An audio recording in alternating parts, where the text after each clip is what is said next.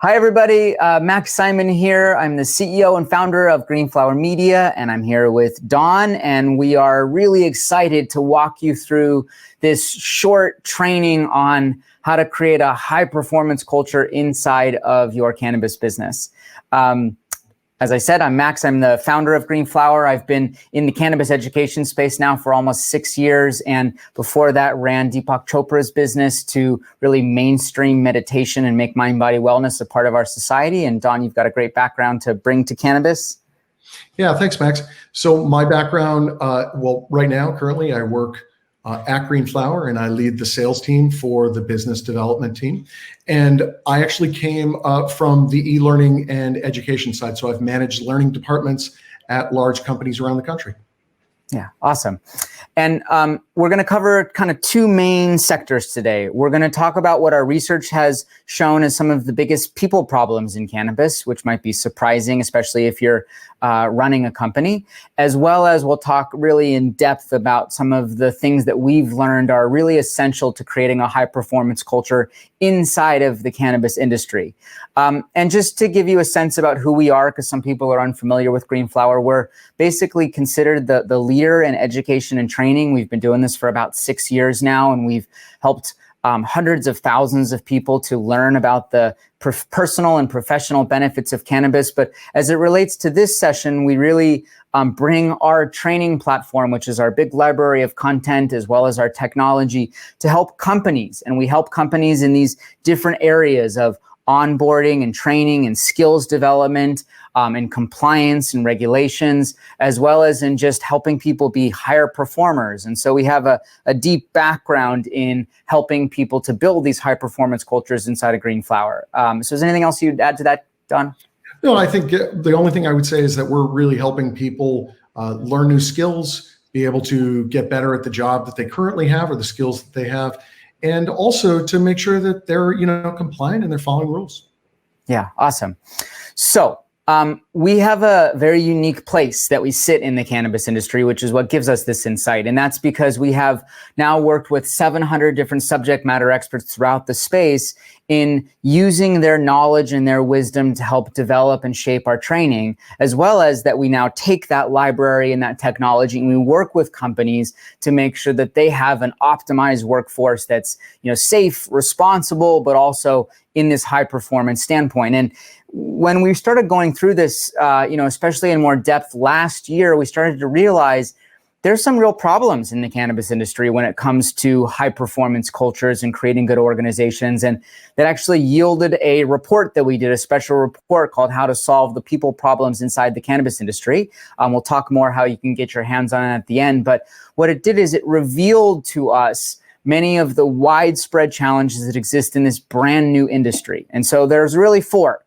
There's an enormous amount of turnover in the cannabis industry, and that's a problem both for companies, but also for individuals in the industry as a whole.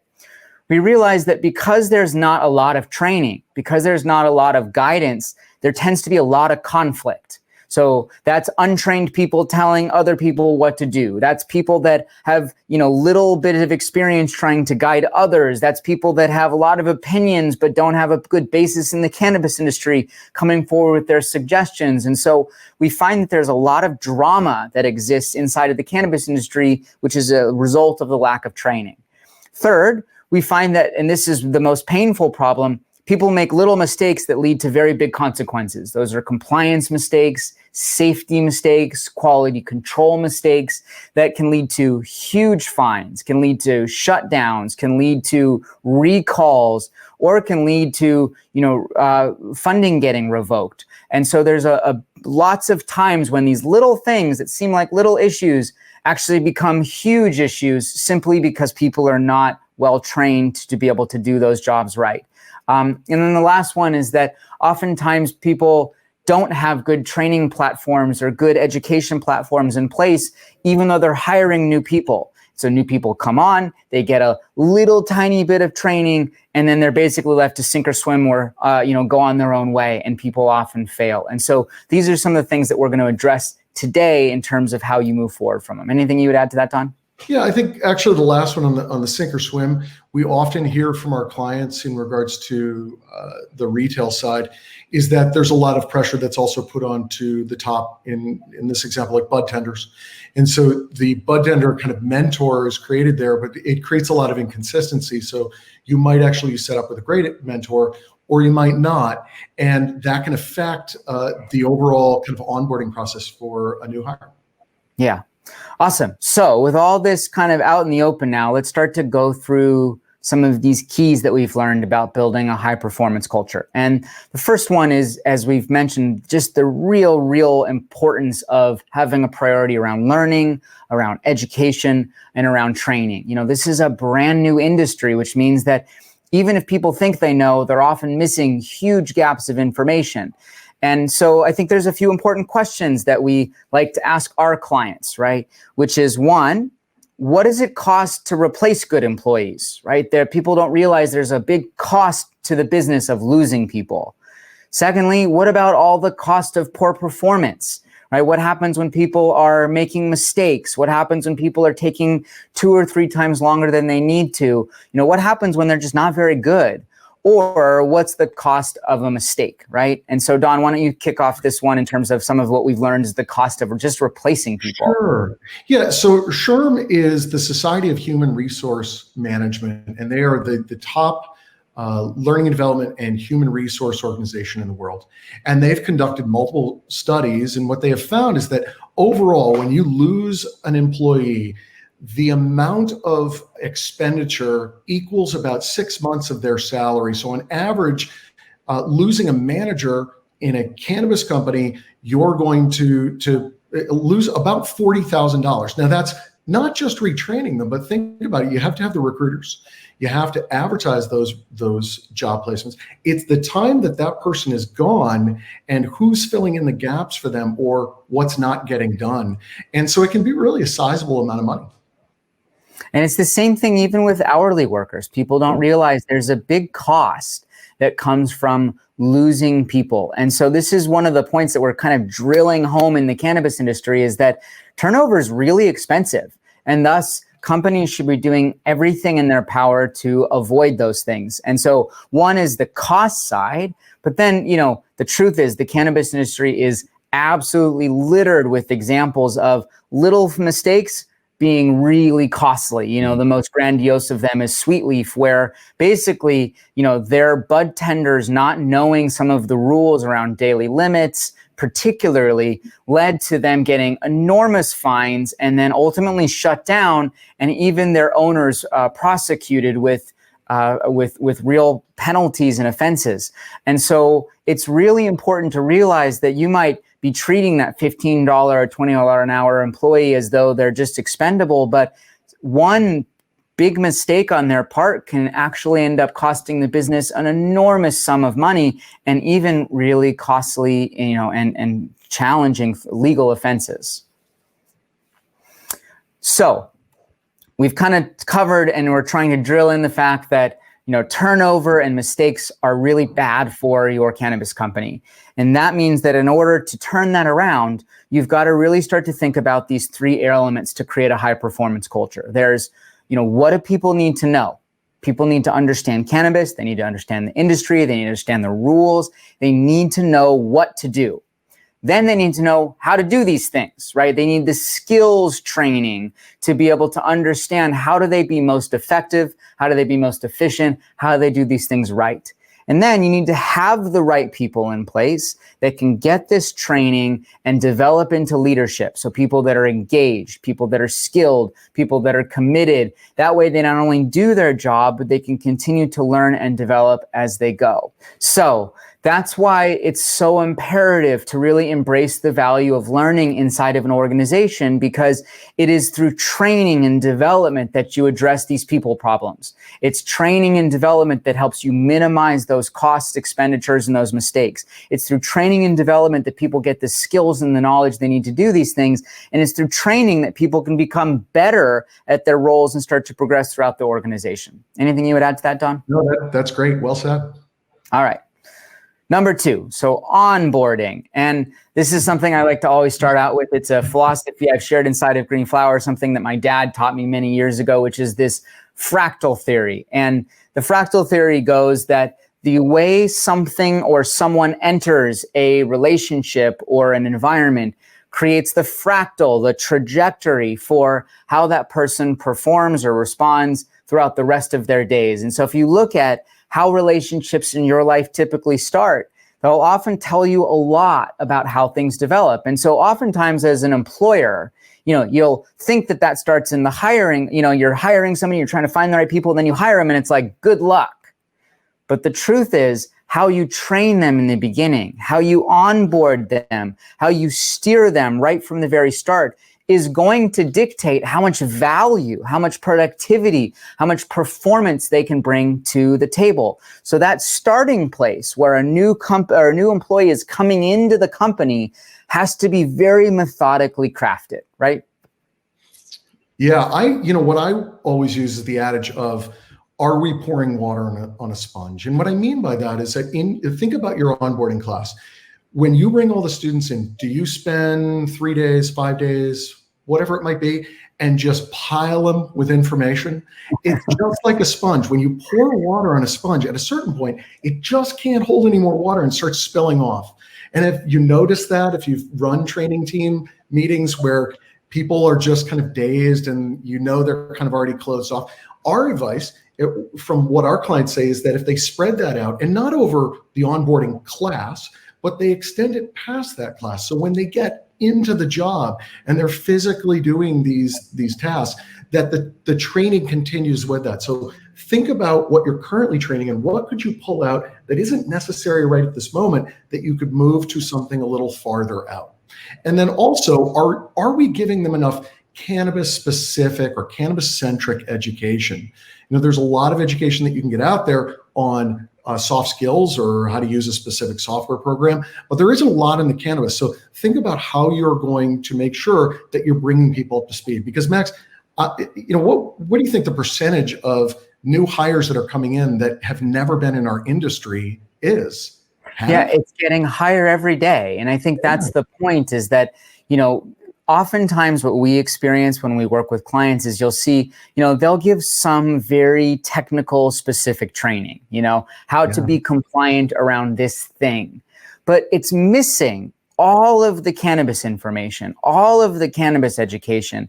And why that's important is that first and foremost, it helps people really feel a deeper sense of connection to what this industry is about. But also that's what helps them really contribute more holistically to the organization by, understanding the plant, understanding the consumers, understanding the products, understanding, the way people are using it. That information not only helps culture, but really helps people to do a much better job and evolve. And so it's really important that you start to bring more cannabis education into the training mix. And that's one of the things that we see missing all the time. And then the last is, again, I'm afraid to say a lot of cannabis companies do treat their people more like they're just workers, versus these are people that are going to really grow and develop with the company.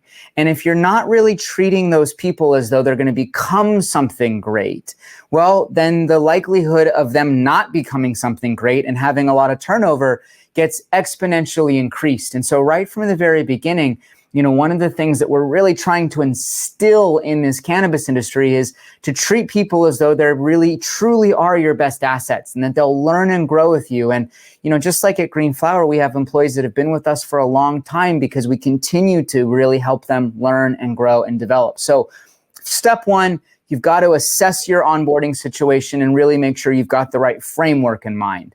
But then from there, right, we go into blended learning as a tactic. So Don, take it away here. Yeah, think about what you're trying to teach these new hires and then figure out what's the best delivery mechanism, because people really learn face-to-face. People learn kinesthetically. They absolutely do, by doing things, right?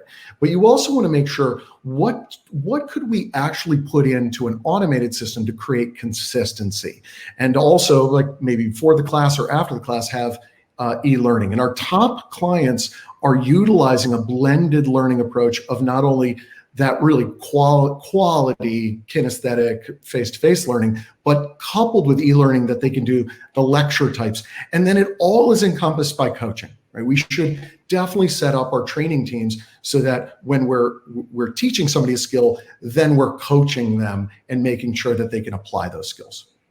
And again, I think that these are best practices that just don't really exist in the cannabis industry right now. And so our experience is that we'll talk about these things and people will say one of a few things. They'll either say, oh, I already know that, but they're not doing it, in which case knowing it doesn't help that much. They're not doing it at all. And so this is really eye-opening. Or they've got something started, but it's not far enough along yet. And all we're trying to do is to tell you, based on what we know from training and development and working with top companies, this is what good looks like, right? And so whether you're, know about it or not, this is a way to aspire to building a culture that really is high-performing culture. So next thing, customer learning paths. Yeah, the top teams out there in cannabis right now are really looking at it as not one onboarding class and we train everyone the same way. I mean, there are things about your company's culture and such that absolutely should stay across all job roles. But the top companies are actually setting these up based on role. So here's the example of a trimmer, and then they're setting those up by kind of when should we train a specific part of the skill for a trimmer, because a trimmer has completely different skill set than a bud tender. Awesome. All right. So the next key here is to really inspire your people to grow with you. And this goes back again to creating a culture where people aren't just there to do a job, but they're a part of your team and they're part of the cannabis movement. And so the way that we like to think about what makes work really matter is that there's really 4 things people seek. They do seek an opportunity to learn and grow. If you think about the jobs that you've had the most juice from, it's always because you've been put in a situation where there's been a lot of learning and a lot of growth, a lot of personal development in that. Secondly, that people are given a chance to have some leadership, some autonomy, some of their own creativity. That means that you're really creating an environment where you can train people enough that they can stand on their own 2 feet. Third, that they're doing something meaningful, that their work matters, that there's purposefulness in it, which is, again, why we think the education around the cannabis industry as a whole is so imperative, because that's what gives it that meaning. And then fourth, people want to make more money. And I say that because oftentimes people don't realize that that's actually the 4th on the list intentionally. Most employers think that, just giving somebody a paycheck is what's going to really make them stick and make them motivated, but it's not the truth. The truth is that if you can bring this sense of learning and growth and autonomy and ability to develop and do something meaningful into your organization, you're going to find that people are a lot more engaged, a lot more inspired, and are going to work a lot harder. So, Don, let's talk about how we are kind of suggesting people do that. Yeah, I think what you have to do is kind of sketch out what you think are the possibilities for each role within your organization. So this example is just for a bud tender in a retail operation. Everybody wants to think about or have an idea of what their roadmap is, what's their future. There are companies out there that actually ask right in the first few weeks, what is your next step? What are you thinking about? So I think we have to ask them, but we should have something designed here for our employees. So this example is, well, you're going to have to do well as a bud tender, and perhaps the next step is assistant manager. But the best sellers aren't necessarily the best managers, right? So from the assistant store manager, there might be openings on the corporate side. There might be in-store positions that would go that direction. But if people see options, it allows them to realize that you don't see them as just a cog, and you see them more as a journey that they're going through rather than just one straight arrow. And I just want you to imagine for a sec that you had these learning journeys throughout your organization. Could you imagine how much more excited people would be? how much more committed they would be, how much more enthusiastic they would be, because now it's not just a job I'm coming to every day and I don't know where it's going.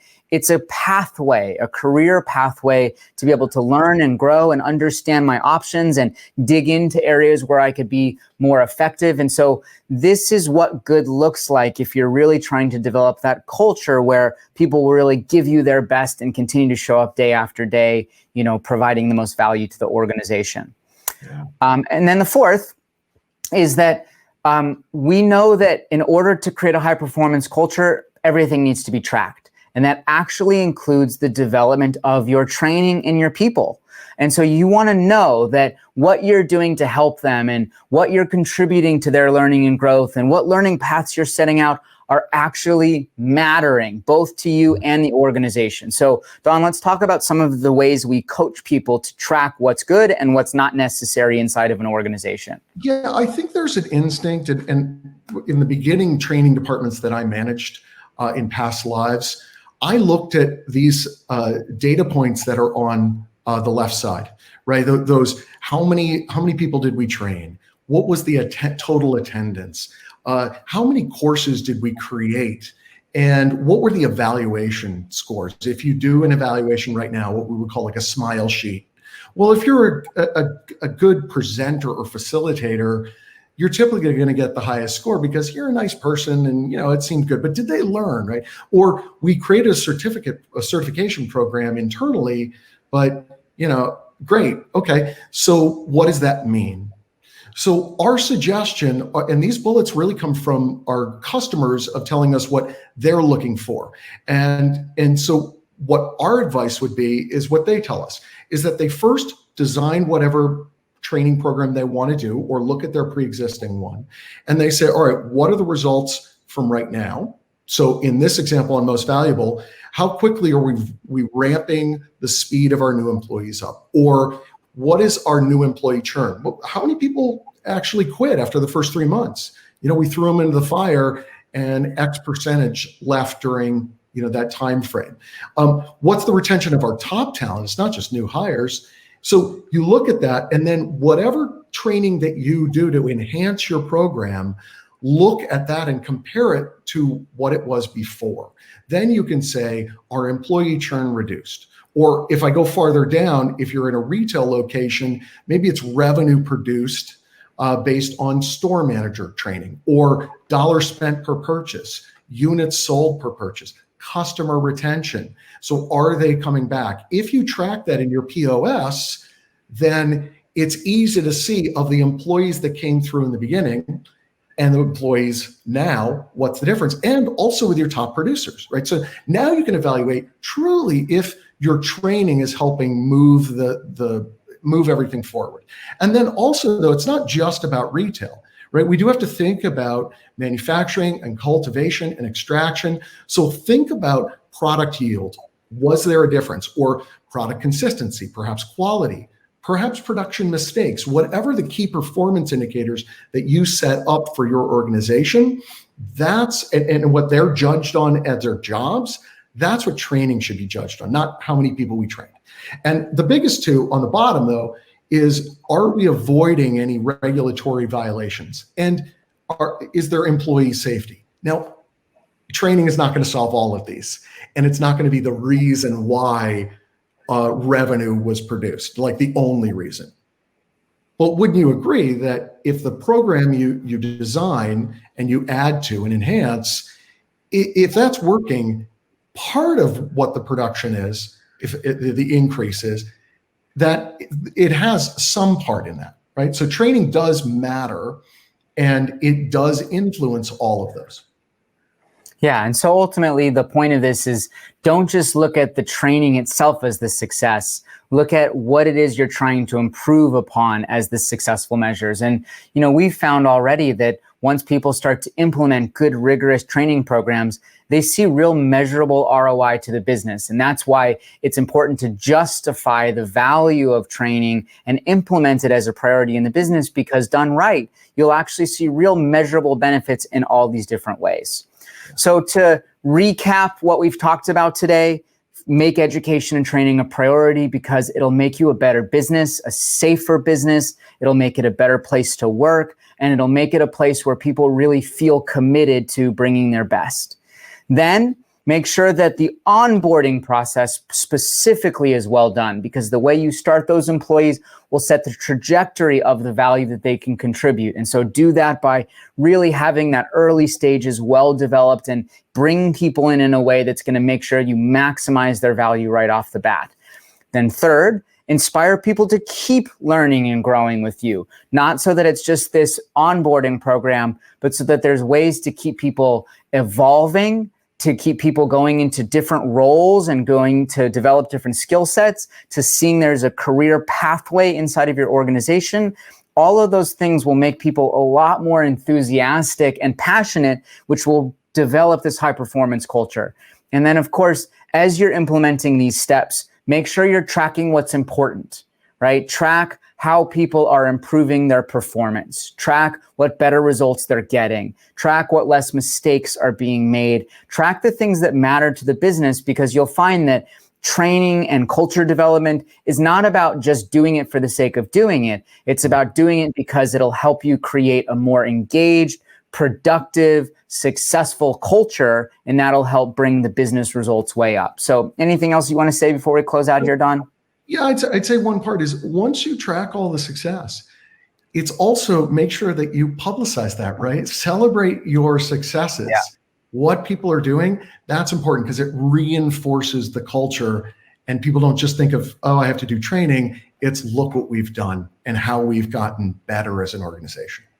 Yeah, that's really great. Well, we certainly hope this was valuable. We'll leave you with a few next steps that we also think are valuable to you. That report about the people problems in cannabis is free at our website. If you go to the Green-Flower website and you type in a little search bar, people problems in cannabis white paper, you'll find it. You can download that for free. Also, if you are running a team or an organization and you'd like us to give you a free consultation to help you map out some of your training maps. You know, this is something we do for our clients as part of our discovery process. You're welcome to get in touch with us. And as a gift for being here, we'll do that for you for free, which is a $2,500 value. You can go to green-flower.com/teams to take advantage of that. Don, anything you want to say to close us out, bud? No, I just say, enjoy the conference, and we're glad we're part of this, but we also know there are a lot of other other sessions that you can attend, and enjoy your learning. Yeah. All right, everybody. Thanks so much. We'll see you on the Green-Flower side soon. Bye, everybody.